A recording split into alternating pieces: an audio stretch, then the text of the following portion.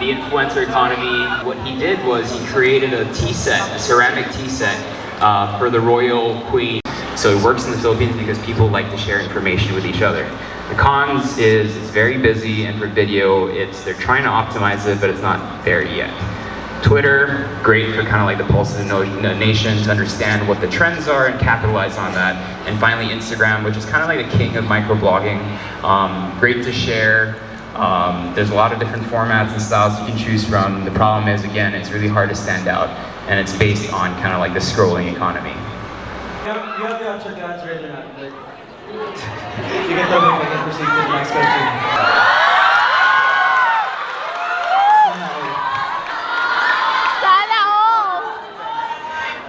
Actually, here's my question. Take a breath. Take your time. I just want to know what are your thoughts about celebrities who just started vlogging? Ooh, shady. I think it's amazing, honestly. I think they brought a lot of views to the platform. They brought a whole new audience to the platform. Before, we were all happy with like 50,000 views, and now we complain when we don't get 500,000 views. And it just means that there's so much more people on the platform. And I think it was super important to democratize platforms and content for that to happen. So now we have different audiences that we can speak to, and hopefully it just makes the community bigger. Because for the longest time, YouTube was so niche and so small, it was not available to everyone, but now everyone sees it as a big digital network and as an ABS or a GMA. It's that important. So I think that's super cool. Thank you. You seem motivated. I guess my biggest frustration is when I create something I'm really proud about and it just doesn't get the traction because my thumbnail isn't nice or my title is wrong. And it's annoying because I know that it would do so well if I had gotten those things right. Which is why I'm a huge fan of streaming platforms, because it puts the content you want to see in front of you and you watch it, whereas sometimes with YouTube, if you get the thumbnail wrong, it won't do well, right? I don't do clickbait titles that much, but then I'll only do it, and you'll only see me do it when I think it's a really good video that not a lot of people are watching, so I'll put something ridiculous on it.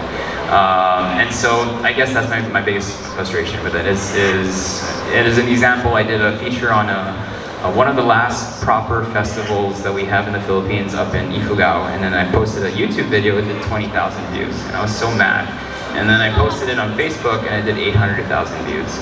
And I realized it was just because it wasn't optimized for the right platform, I didn't put the right title, and eventually you learn those things. So there's always going to be those videos that don't do well, you just have to kind of accept it and hope that the 20,000 people that did watch it versus the million, at least those 20,000, maybe they'll learn something.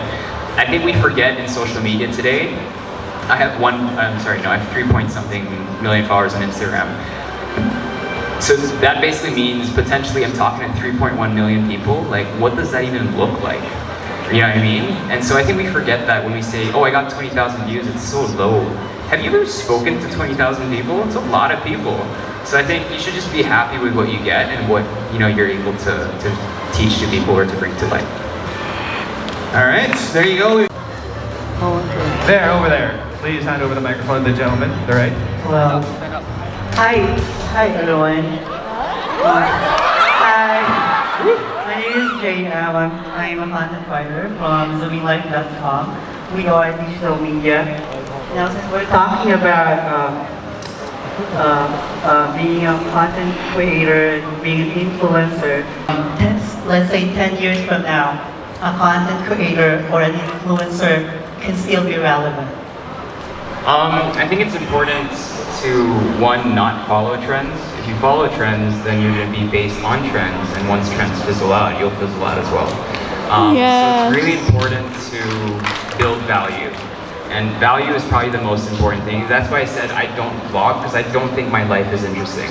But I think the stories that I create are interesting. And I think the stories that I try to bring to light are interesting. And I think that those are stories that everyone wants to hear about or would be entertained watching. So it should never really be about you. It should be about the values that you try to talk about and what you're trying to bring to light. And then I think that's how someone can stay relevant is by continuously adapting. Because at one point, people will get sick of you, right?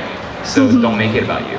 Make it about everyone else, right? So the more you give back, the more you feature other people, the more people will just see you. Like when people see me, I want them to see me just as a voice guiding them.